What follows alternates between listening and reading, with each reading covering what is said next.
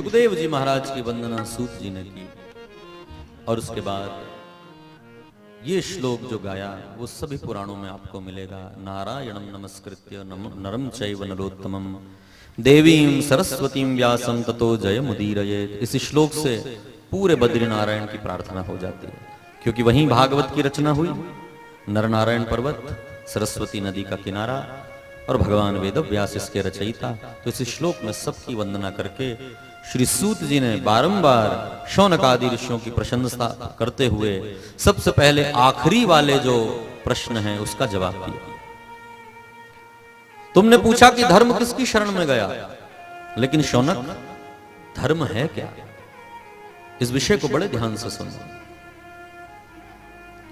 धर्म क्या है? मैं तुमसे यदि पूछूं कि धर्म क्या है तो कोई कहेगा हिंदू धर्म या मुस्लिम धर्म या ईसाई धर्म। भैया ये सब धर्म नहीं है, ये मजहब हैं, पंथ हैं। धर्म तो वैसे सनातन ही है, लेकिन जिस धर्म को आप हिंदू मुस्लिम आदि में जानते हैं वो रिलीजियस हो सकता है, वो प्रैक्टिस हो सकती है, लेकिन धर्म इससे अलग है।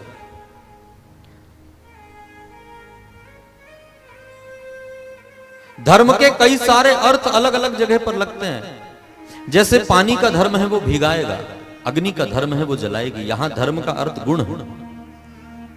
बच्चे का अर्थ है वो माँ बाप की सेवा करे। शिष्य का अर्थ है, शिष्य का धर्म है वो गुरु की आज्ञा का पालन करे। वहां पर धर्म का अर्थ कर्तव्य हो गया। लेकिन वास्तविक धर्म क्या है ये श्रीमद् भागवत आपको बताती है। ध्यान से सुनिए, आज इस पर बोलने की बहुत आवश्यकता है,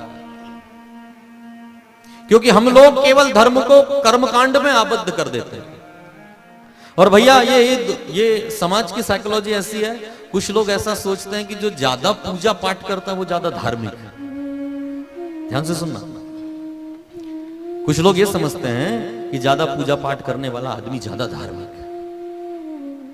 पूजा पाठ धर्म का अंग है, लेकिन धर्म नहीं। पूजा से धर्म को कोई लेना देना नहीं। ध्यान से सुनिएगा, बहुत ज्यादा जो पूजा करता है उसको पुजारी कहते हैं, धार्मिक नहीं। धर्म इससे बहुत अलग चीज है। कुछ लोग हमसे लोगों को मिलाते, महाराज जी इनसे मिलिए, ये बड़े धार्मिक है। हमने कहा कैसे धार्मिक है? बोले 8 घंटे पूजा करते हैं। तो हमने कैसे, धर्म का क्या लेना देना? धर्म क्या है? श्रीमद् भागवत के अनुसार, वैसे तो धर्म की बहुत व्याख्या है मनुस्मृति आदि में। 10 धर्म के लक्षण बताए हैं मनु महाराज ने, लेकिन भागवत के अनुसार 4 चीजों को धर्म कहते हैं। कौन कौन 4 चीज? पहली वस्तु सत्य। सत्य धर्म है। यदि कोई आदमी बहुत पूजा करे और सत्य बोले नहीं, हर बात झूठ बोले, तो वो धार्मिक है क्या? पुजारी है, धार्मिक नहीं। हाँ, लेकिन पूजा पाठ करते हुए सत्य बोलता है तो धार्मिक है, क्योंकि धर्म का एक अंश है उसमें। और लोग पूजा पाठ खूब करते हैं लेकिन सत्य कोई बात नहीं बोलते। व्यापारी ने दुकान खोली, अगरबत्ती लगाई, भगवान से प्रार्थना की और पहला ही ग्राहक आया और उसको उसने आगे, आप समझदार है, तो वहां धर्म नहीं है। धर्म माने सत्य। यदि ज्यादा पूजा पाठ करने वाले व्यक्ति को हम धार्मिक कहते तो हम रावण को धार्मिक मानते। राम और रावण दोनों के बीच में थोड़ा सा एनालिसिस करो, पूजा पाठ ज्यादा कौन करता है, राम की रावण? राम जी तो केवल जल चढ़ाते, बेलपत्र चढ़ाते शिव जी को, लेकिन रावण तो मस्तक काट काट कर चढ़ा रहा है।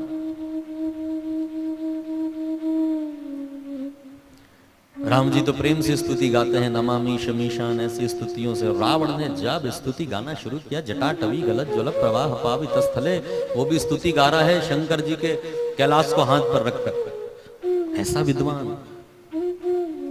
यदि वर्ण के अनुसार तुम एनालिसिस करो राम रावण का, तो रावण ब्राह्मण है, राम क्षत्रिय है। उम्र के अनुसार यदि तुम देखो, दोनों की तुलना करो तो रावण राम जी से बड़ा है। राम का अवतार तो बाद में हुआ, अरे रावण के कारण ही उनका अवतार हुआ।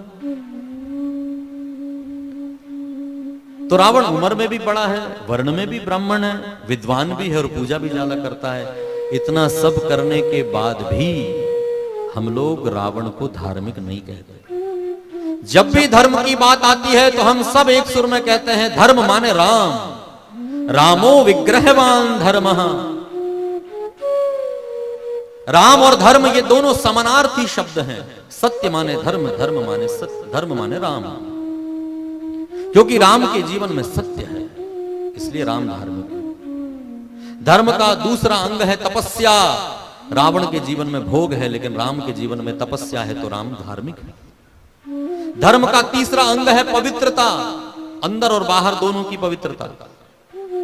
राम जी के जीवन में पवित्रता है, इसलिए राम धार्मिक है। धर्म का चौथा अंग है दया। राम जी के जीवन में दया है।